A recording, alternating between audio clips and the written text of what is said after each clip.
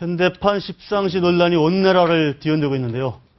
채널A 창립 3주년을 맞아 병법의 정치고수 4분 모셨습니다. 지금의 상황 무엇이 문제인지 헤쳐나갈 묘수는 없는지 이야기 나눠보겠습니다. 안녕하십니까? 네. 네. 조금 전에 지장, 용장, 덕장, 투장. 제일 낮은 냉장. 아니, 좋은 걸 딴 분들이 다 하시고. 아니, 용장은 괜찮은데, 투장은 완전 니전 투구의 투장. 아니, 이제 전쟁에 나가서 실제 전투를 벌이는 대장이라 이런 뜻이죠. 이렇게 저 4분을 모시니까 아주 스튜디오가 꽉 차는 것 같습니다. 오늘 먼저 아데르와백님, 저희 축하 메시지 만화를 하나 그려오셨는데. 예, 오늘 설명 부탁드리겠습니다. 채널A 개국 3주년을 진심으로 축하합니다.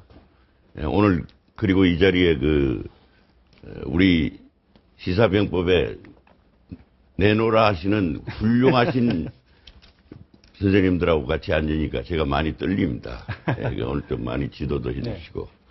예, 오늘 우리가 종편 3년에 그동안 방송이 보통 뉴스를 갖다가 나열하고 소개하고 그다음에 뭐 약간의 비판만 하고 뭐 이런 스타일로 가서는 안 되겠다고 하는 뜻에서 만화를 그려봤습니다. 네. 그래서 점집의 할아버지가 앵무새는 나는 게 서투다 그런. 네. 참 좋은 책도 저런 좋은 책이 있고. 네. 말을 너무 말만 하는 사람은 나는 게 서투다. 네. 그러니까 훨훨 높이 나는 이 황새가 되어서 네.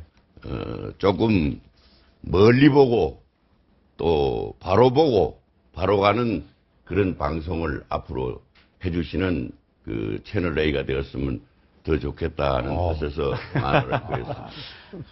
정말 좋은, 네컷 만화 감사드립니다. 훨훨 높이 나는 황새가 되어서 예. 멀리 보고 바로 가는 방송을 만들었으면 좋겠다. 예. 네. 동아일보 사시하고 뭐 시시비비 그거 아닙니까? 그렇죠. 잘 네, 맞았... 동아일보의 사시가 시시비비죠. 자, 그러면 오늘 정윤의 문건 파동, 시시비비를 한번 멀리, 길게 한번 짚어보도록 하겠습니다. 오늘 대통령이, 정윤의 사건에 대해서 아주 길게 말씀하신 게 있습니다. 먼저 하나 들어보시고 말씀 시작해 보시죠. 네. 청와대에는 국정과 관련된 여러 사항들뿐만 아니라 시중에 떠도는 수많은 루머들과 각종 민원들이 많이 들어옵니다. 그동안 만만회를 비롯해서 근거 없는 얘기들이 많았는데 이번에야말로 반드시 진실을 밝혀내서 다시는 이런 말도 안 되는 얘기들이 국민들을 혼란스럽게 하지 않았으면 합니다. 네, 지금 대통령이 여러 말씀을 하셨는데 오늘 일단 저 멘트부터 저희들이 한번 들어봤는데요. 일단은 지금 검찰 속보가 들어오고 있습니다. 검찰이 정윤회 국정개입 문건 사건을 투트랙으로 수사를 진행하겠다. 형사 1부에서는 청와대 문건의 명예훼손을 수사를 하고요. 특수 2부에서는 별도로 이제 문건 유출 수사를 하도록 그렇게 투트랙 수사를 하겠다라는 속보가 지금 들어오고 있습니다. 논점이 3트랙으로 해야 돼요. 그렇게 되면은. 3트랙? 예. 3트랙이 아니라. 지금 명예훼손 이 부분은요. 네. 사안의 중대성에 비해서 트리비얼한 거야. 사소한 거라고. 그건 청와대에서는 명예훼손 대단하게 내용과 관련된 거 아닙니까? 아니, 그러니까 지금 더 중요한 거는요. 이 사건의 진실이라니까. 네. 그러니까 그렇죠. 그 진실을 규명하는 게 트랙 1이 되든지 트랙 2가 돼야 되는데 그거는 어디서 하는 거예요, 저거는? 그게 곧 명예훼손과 연결된 문제죠. 거기서? 예. 그게 사실임이 밝혀지면 명예훼손이 안 되는 거고. 예. 지금 대통령이 아침에 수석 비서관 회의에서 하신 말씀이 바로 투 트랙을 다 말씀을 하셨습니다. 그래서 저는 그 방송을 지켜보면서 오늘 수많은 방송에서 이 가이드라인 얘기가 나왔는데 대통령이 이 말씀을 이 수석 비서관 회의에서 하실 것이 아니라 사실은 춘추관에서 기자들에게 직접 브리핑을 하고 기자들이 질문과 그게 다른 답변으로 말씀을 하셔야 되는 문제였고 그 내용이 제가 보기로는 이 대통령이 하시는 말씀으로서는 좀 표현이 적절치 못한 부분이 있었다. 어떤 대목이 뭔가 하면 기초적인 사실 확인조차 하지 않은 채 외부로 유출시켰다. 네. 그리고 확인하면 금방 알 수 있다. 네. 이런 말씀을 우선 하셨습니다. 그 내용에 관련된 문제예요. 바로 투트랙 중에 하나입니다. 그러니까 저희가 좀 그런데, 전에 본 저 발언도 그 내용입니다. 금방 알 수 있는 사안 같으면 네. 왜 언론에서 이렇게 집요하게 대통령에게 질문을 하겠습니까? 네. 언론에서 하는 것이 명예훼손 이전에 네. 대통령에 대한 질문이란 말이에요. 네. 나는 항상 그렇게 생각합니다. 네. 언론의 존재 이유가 뭡니까? 바로 네. 대통령에게 묻는 것이거든요. 네. 국민들을 대신해서 묻는 겁니다. 네. 기자회견장에서 기자들이 묻는 것도 국민들을 대신해서 묻는 것 아닙니까? 바로 그 점이에요.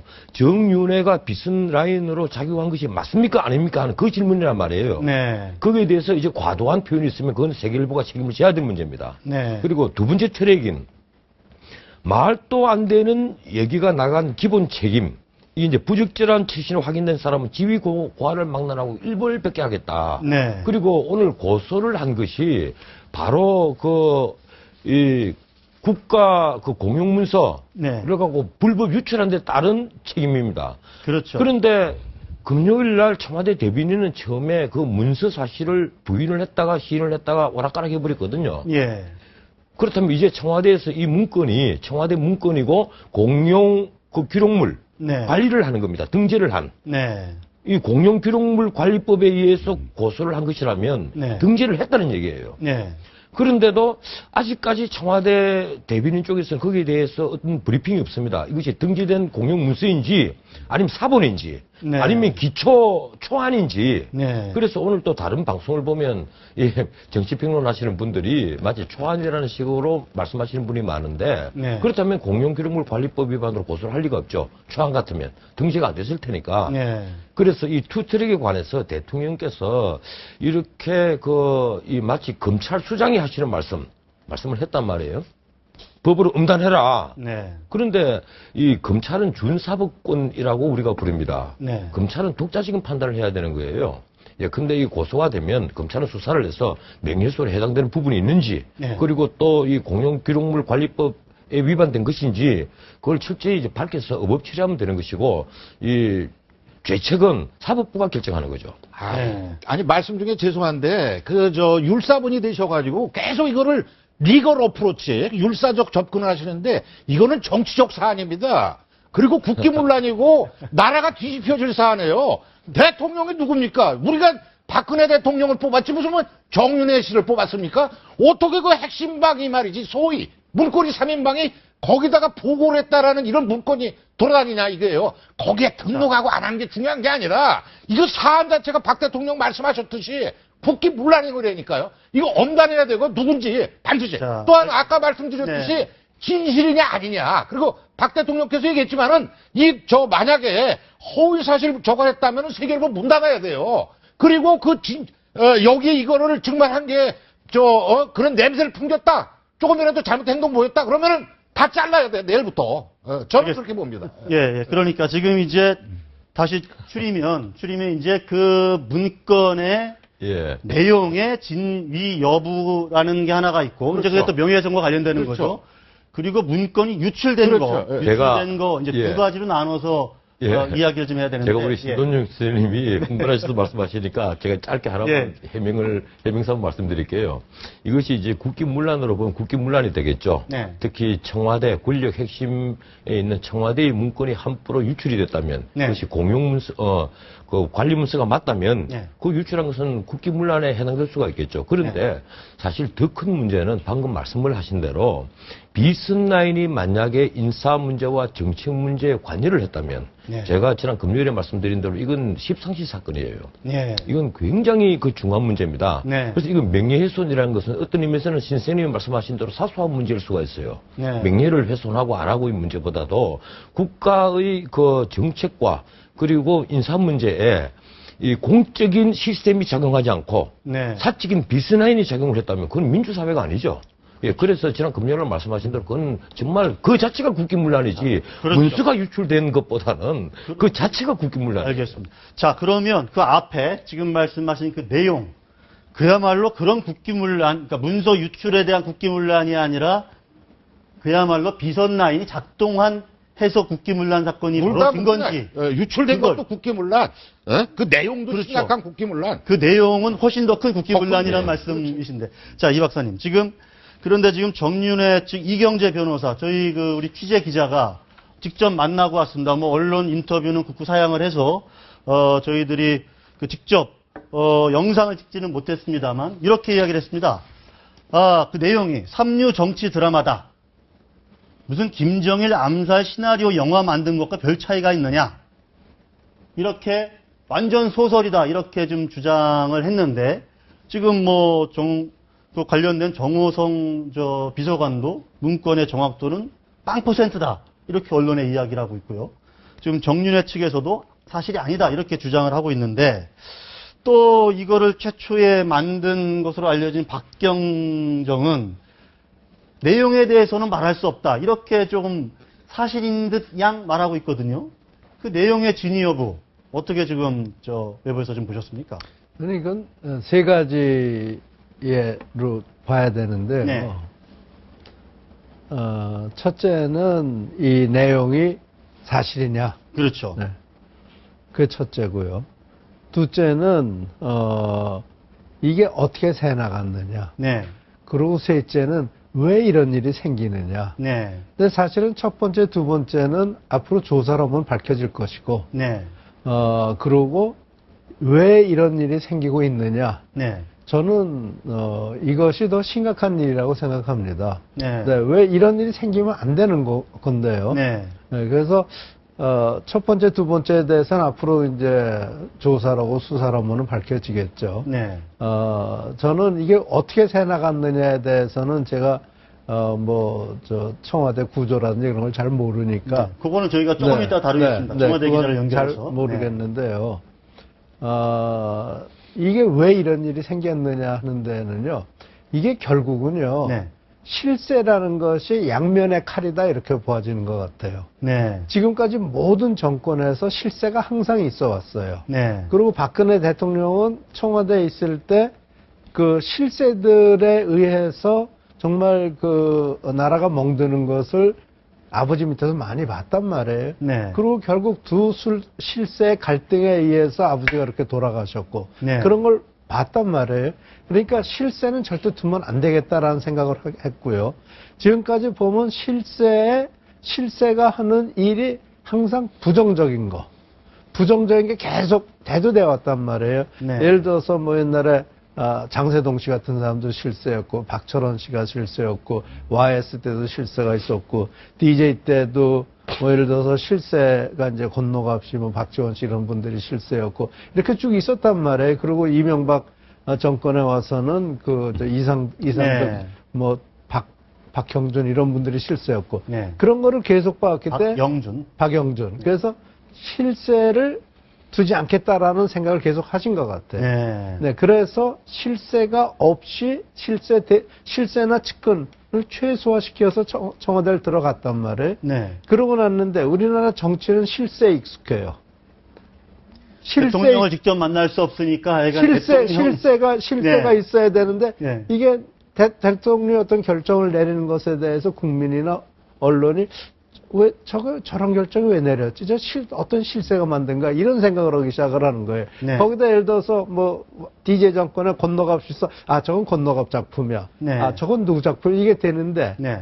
결국 그래서 그렇죠. 또 실세가 또 문제도 많이 일으켜 왔단 말이에요. 그래서 실세는 어떤 점에서 보면은 악역도 할 수 있어야 되고 네. 또 대통령과 동지적인 입장이고 네. 그렇게 해서 동지적 입장도 있고 또 악역도 해야 되는데 지금 청와대 가장 큰 문제는 악역을 할 분이 안 계시다는 것이 가장 큰 문제고 네. 또 어떤 의심스러운 어떤 일이 생겼을 의심스럽다기보다 우리가 이해하기 힘든 어떤 인사라든지 정책이 펴질 때 저건 누구 작품이지 이런 생각을 하는데 그게 사실은 박근혜 대통령 작품일 수 있다는 건 생각을 안 하는 거예요. 그래서 네. 결국 실세라는 것은 부정적인 면도 있지만 지금 박근혜 대통령이 청와대에서 일하는 일을 보면 실세라는 것은 그런 부정적인 면에도 불구하고 반드시 있어야 되는 거 아니냐. 아. 네, 그래서 결국 실세라는 것은 양면의 칼날이다. 네. 그래서 그 양면의 칼날이 무서워서 실세를 안 드니까 지금 이런 문제가 생기는 거 아니냐 이런 생각이 듭니다. 아이러니다 이런 아이러니적 그렇죠. 상황이 네. 발생했다. 이 박사님 말씀이 이제 그 현실 토대론적 하는데 저는 조금 약간 당론적인 관점에서 조금 그 굉장히 위험할 수 있어요. 네. 그러니까 한비자에서 얘기하는 절대 실세를 두면 안 된다는 거거든요. 네. 권력을 높은 자리에 있거나 이 네. 실세를 죽은 곁에 두면은 실질적인 권력이 그쪽으로 넘어간다 이게요. 네. 그러니까 아들이든 누구든 둬선 안 되거든요. 네. 그 현행 소통력, 네. 홍삼 트리오 이 네. 사건 단계 다 그 아들이든 뭐든 실세이니까 요번 문건에도 정윤이 만나려면 7억 원은 이게 나왔다면서요.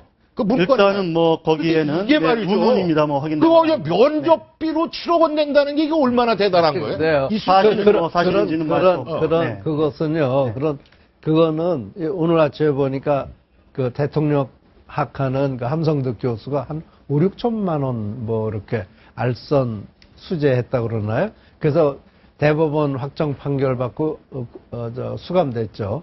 그날, 함성득 교수 상당히 재주도 있고 잘하는 분인데, 그렇게 하고도 좀 감옥 가는 세상에 누가 7억을 내고 인터뷰를 하겠습니까? 그거는 소설 중에 소설이고요. 그리고 제가 저는 문건을 뭐 본 적도 없고 신문에 난 거 조금 봤는데, 정말 엉뚜당뚜한 얘기들이에요. 저는 저는 뭐 저에 대해서 그런 문건이 있었던 건 아니지만, 네. 옛날에 제가 무슨 뭐 은행 뭐 퇴출, 저지 뭐 로비했다고 그래가지고 막 언론에 보도되고 전혀 사실이 아니거든요. 전혀, 요만큼도 사실이 아니에요. 저는 옛날에 청와대에서 저를 이렇게 뭐 민정실인가 뭐 친인척 관리로 해가지고 제 관리 대상이었는데, 네. 별의별 거 다 물어봐요. 그럼 별의별 거 물어보면 별의별 거 다 얘기해 주잖아요. 네. 그럼 그게 이렇게 정리돼서 올라갔을 거 아니에요. 네. 어느 선에선 이거 이상 올릴 필요 없어. 이런 게 있을 거라고요. 그래서 저는 이런 걸 보면서 돌아다니는 루머 같은 거를 모아놓은 거고, 그것이 반드시 대통령한테까지 가느냐. 저는 그래서 이 문건에 대해서 박지원 의원이 뭐 10분의 1도 아니다 그러는데, 박지원 의원이 이런 문건의 성질에 대해서 더 잘할 거예요. 근데 그분이 왜 그런 얘기 하는지 모르겠어요. 그런데 자, 제가 한 말씀만 짧게 한 말씀 드릴게요. 듣고. 예.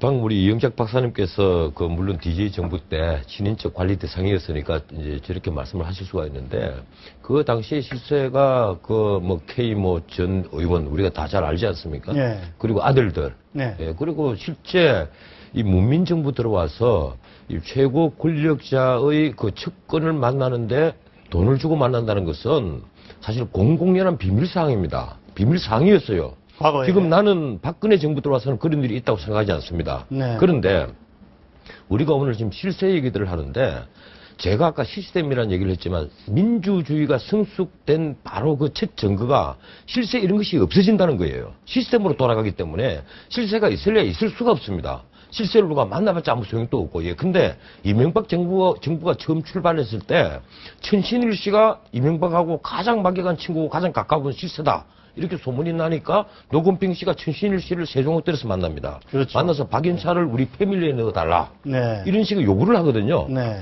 그런 말이 오고 갈 수 있다는 것이 이미 정부가 출발도 하기 전에 네. 시스템 바깥에서 작동을 했다는 거예요. 그러니까 나중에 그 형이 봉화대군이 아니죠. 그 형은 이제 영포대군인데 구속돼서 감옥까지 가고 정권 말에, 그리고 박영준 씨도 감옥 갔지 않습니까? 이런 일이 생긴단 말이에요. 그런데 지금 이 정부 들어와서, 물론 지금 정 씨는 그런 얘기를 합니다. 3인방을 나는 만난 적도 없고, 나한테, 연락도 안 해오니까 나 참 섭섭하다, 이런 얘기를 하거든요. 네. 정말 만났으면 내가 감옥 가겠다. 근데 솔직히 말해서 3인방 만났다고 해서 감옥 보낼 죄명이 없어요. 그 말씀도 지나친 말씀이고, 문제는 정윤회 씨도 이 점을 생각을 해야 됩니다. 왜 이런 말이 끊임없이 언론에서 나오느냐. 대한민국 기자들이 미치지 않고서는 왜 언론에서 계속해서 이렇게 정윤회 씨를 주목을 하고, 네. 왜 이렇게 추정을 하고, 네. 왜 이런 기사가 쏟아지고 있느냐 하는 점을 본인이 먼저 생각을 해야죠. 본인이 특정 언론을 선택을 해서 인터뷰를 해서 나는 이재만이든 정호성이든 아무도 만난 사실이 없다. 만났으면 내가 감옥 가겠다. 왜 사람 만난다고 감옥 보냅니까? 그런데 만약에 이 문건 내용대로 10명이라는 사람이 중국집 같은 데서 강남에 모였다면 그것도 소문이 안 날 리가 없을 텐데 1차 모였다면 그 자체가 문제는 문제인 겁니다. 근데 청와대 서류를 사들고 나갔다고 박영선 의원이 얘기를 했지 않습니까? 네, 지난 7월에 그런 말이 나왔을 때 사실은 지금 청와대가 발끈하고 지금 고소고발을 했는데 그 말씀을 하셨을 때 그때 차라리 문제를 삼았어야죠. 왜 청와대 문건을 들고 나갔는지, 그걸 어디서 어떻게 알았는지, 사실인지 아닌지, 그때 먼저 밝혔어야죠. 그러니까 올 초부터 이미 군부는 나왔어요. 뭐, 시사저널에서 이미 터뜨렸고, 뭐 중간에 또 계속 이게 연이어서 나온 사건인데, 청와대도 알고 있었죠. 어쨌든 그러니까. 문건이 외부로 유출됐다는 것도 알고 있었다는 거고. 아니, 그러니까는 난 김기춘 실장의 그 정치적인 감각에 대해서 굉장히 의문스러운 게, 이런 엄청난 사건이 빚어졌는데 그냥 대충 위야무야 했다는 거 아닙니까? 결과론적으로 말이지. 이거 문제가 안 되는데 찌레시 우리가 뭐 할 필요 있느냐? 그러니까 이게 더 키운 거 아닙니까? 결과적으로. 아니 주구를 모시는 저거에 지금 자기 밑에 휘하들이 말이야. 뭐 이런 저 바깥에 나가서 다른 오야 뭡니까? 일본 말로 하면은 우두머리 만나가지고 그럼 대통령이 누구야? 근데요. 아니 그 핵심에 이게 말이 안 된다 하더라도 무슨 조치를 하고 뭐 서류라도 남겼어야지 그런 아무런 흔적이 없다는 거 아닙니까? 그러니까 얘기가 더 커졌고 또 하나 세계일보에 대해서 이렇게 대처하면 안 돼요. 상계의 경우는 그건 분명히 명예훼손으로 걸어야 됩니다. 그 외국 언론사인데다가 또 혐의가 짙고 근데 세계일보는요 국내 신문인데다가 저게 어디서 입수됐냐 앞으로 나오겠습니다만은 언론은요 어디서 입수됐더라도 이거를 보도할 책임과 의무가 있습니다. 언론이라는 거는 정치라는 거는 언론에 견제가 없으면 막하게 돼 있어요. 그러니까 이거는 명예훼손 이거보다도 진실을 밝히는 차원에서 이거 접근을 해야지. 그냥 법으로 다 상계하고 달리 접근해야 되는데 똑같이 접근해야 돼. 난 그냥 김기춘 실장의 이 리걸 마인드에 대해서 굉장히 좀 문제가 있다. 그거는 뭐 변호사 할 때 쓰는 거지. 비서실장이 그렇게 접근하면 안 되죠. 그렇습니다. 그런데 저는 방금 이영작 박사님이 말씀하신 대로 왜 이런 일이 생기느냐 하는 부분에 참 안타깝습니다. 그 부분에는 박근혜 대통령도 일정 부분 책임이 있다고 봅니다. 왜냐하면 비밀주의, 좋게 얘기하면 신비주의, 이래서 모든 사생활이나 만나는 사람 본인의 거처하는 곳이나 이런 걸 미공개하다 보니까 지난번 상계의 보도도 그렇고 유언비어도 별 소리가 다 나오는 겁니다. 그런데 제일 이제 국민으로서 걱정되는 부분 하나는 내년은 그래도 선거가 없는 해이니까 이제 좀 박근혜 대통령이 정말 경제 회복이나 모든 부분에 일을 좀 하겠다고 하려고 하는데 또 이렇게 발목이 잡히니까 좀 이번에 정말 저는 개인적으로 문제가 된 사실이든 사실이 아니든 김기춘 실장, 그다음에 정윤회 씨, 그다음에 문고리 3인방 정말 삼국지에 나오는 업참마속을 하지 않으면 안 될 것이다. 정말 그래서 국정쇄신을 해야 된다고 저는 제가 얘기합니다. 자, 관련해서 박근혜 대통령이 오늘 이제 두 가지 말씀을 하셨잖아요. 여러 가지 한 것 중에 저희가 영상 준비한 게 또 하나 있습니다. 연관되는 영상이기 때문에 준비했으니 그거 한번 들어보시고 정 변호사님 말씀하시죠. 이번에 문건을 외부로 유출한 것도 어떤 의도인지 모르지만 결코 있을 수 없는 국기문란 행위입니다. 이런 일은 국정 운영에 최선을 다하고 있는 비서실장님 이하 여러 수석들과 정부의 힘을 빼는 것입니다. 누구든지 부적절한 처신이 확인될 경우에는 지휘 고하를 막론하고 일벌백계로 조치할 것입니다. 또한 악의적인 중상이 있었다면 그 또한 상응하는 책임을 물어야 할 것입니다.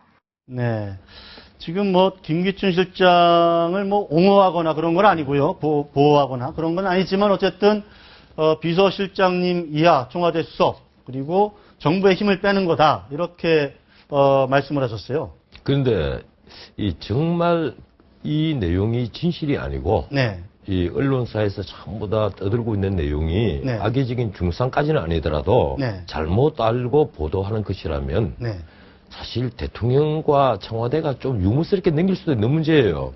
제대로 정말 진실이라면 떳떳하잖아요. 그럼 기자들에게 나타나서 직접 질의응답을 하면서 떳떳하게 대응할 수가 있습니다. 사실 지금 우리 앵커 뒤에 저 배경화면에 보면 십상시 모습을 한 정윤회 씨와 김기춘 실장 이 모습이 있는데 저런 모습이야말로 명예훼손이 될 가능성이 있습니다. 저 모습을 만약에 방영을 하면요. 예, 저 모습이야말로 명예훼손이 될 가능성이 있거든요. 그런데. 당시 그림은 아니에요. 대감 그림이고 뭐 그런 거. 예. 관장 그림입니다, 예, 관장. 네. 아니, 이제 그 면도를 한 모습은 전부 다 옛날에 황과 모습이죠. 예, 그래서 이제 저게 십상시 모습을 했다 이래서 명예훼손이 될 가능성이 있는데 저 정도를 유무로 받아들일 수 있는 정부가 민주정부입니다. 네. 예, 근데 내가 늘 얘기합니다만은 권력자에게 질문하지 못하거나 권력자가 답하지 않는 사회는 민주사회가 아니라고 내가 말씀드리지 않습니까? 그 말씀은 뭔가 하면 민주제도에 있어서 가장 이 골간이 뭡니까? 권력에 대한 비판이거든요. 네. 권력에 대해서 질문한다는 자체는 비판한다는 얘기예요. 네. 다른 의견을 가진 사람이 비판을 하고 또 잘못된 생각을 가진 사람이 또 비판을 합니다. 무엇이든 다 용납을 하는 것이 바로 민주제도의 권력자예요. 그런데도 지금 이 박근혜 정부 들어와서 유달리 너무 좀 화를 너무 자주 내시는 것 아니냐. 이 김기춘 실장이 과거에 이미 이 고소고발을 입에 몇 차례 올리셨고 또 하셨고 또 청와대가 또 다른 사건으로 근데 상계히 아까 말씀을 하셨는데 만약에 제가 권력자였거나 권력 신부에 있었다면 이 상계희 같은 경우 저런 고소고발을 하지 않았을 겁니다. 그냥 아주 유머스럽게 나무랐을 거예요. 어떻게 일본에 난 정말 상경신문이 제대로 된 신문인 줄 알았는데 이런 엉터리 신문이 고급지 역할을 하고 있었다니까 일본이 우습게 보인다는 식으로 유머스럽게 나 처리하고 넘어갔을 겁니다. 그런데 그걸 고소고발을 해버렸단 말이에요. 그래서 전 세계 언론이 또 주목하게 만들었거든요. 그래서 이번 사건도 마찬가지라고 봐요, 저는. 왜 청와대가 이렇게 금요일날 속전속결로 고소장을 냈느냐. 이래서 사건을 더 키워버린 겁니다. 지금이야말로 이제 정윤회 사건이 이제는 국기를 흔들 사건이 되어버렸어요. 자, 제가 가만히 있어. 상계이하고 세계일보를 같이 먹는 건 잘못해요. 아니, 일본의 방법을 얘기한 겁니다. 오늘의 주제는 그게 아니기 때문에 그 논쟁은 좀 다음에. 아까 정 변호사님 말씀, 저희 백화면으로 쓴 저거는 십상시를 염두에 두고 그린 건 절대 아니고요.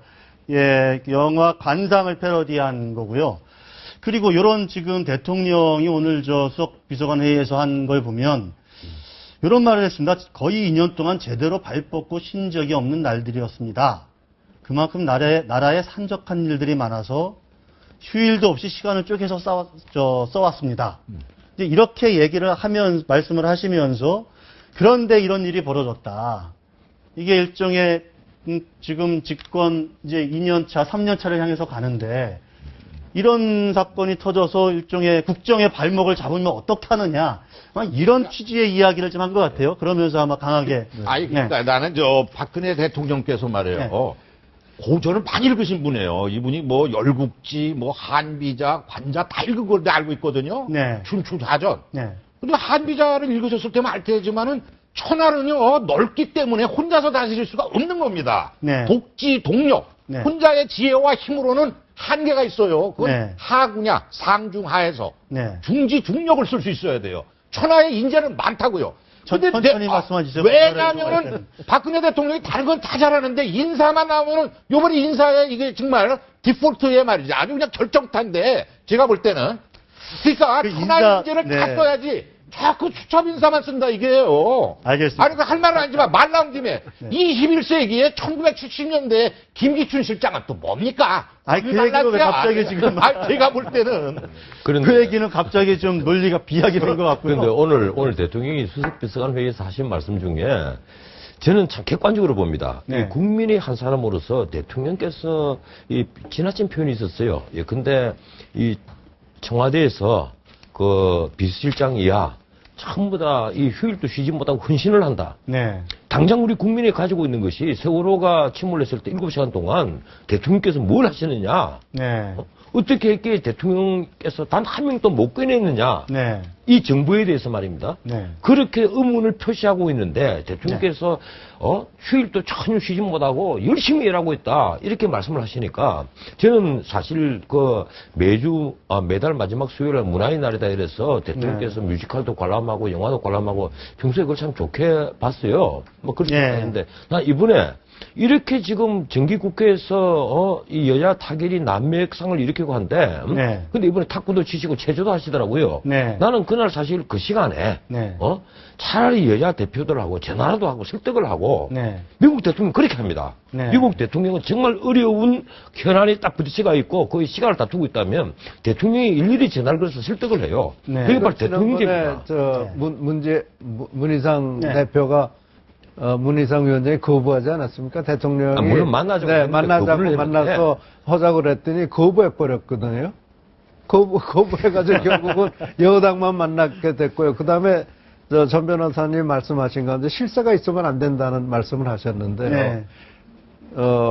모든 정권, 미국도 마찬가지고 한국도 마찬가지지만 미국도 마찬가지입니다.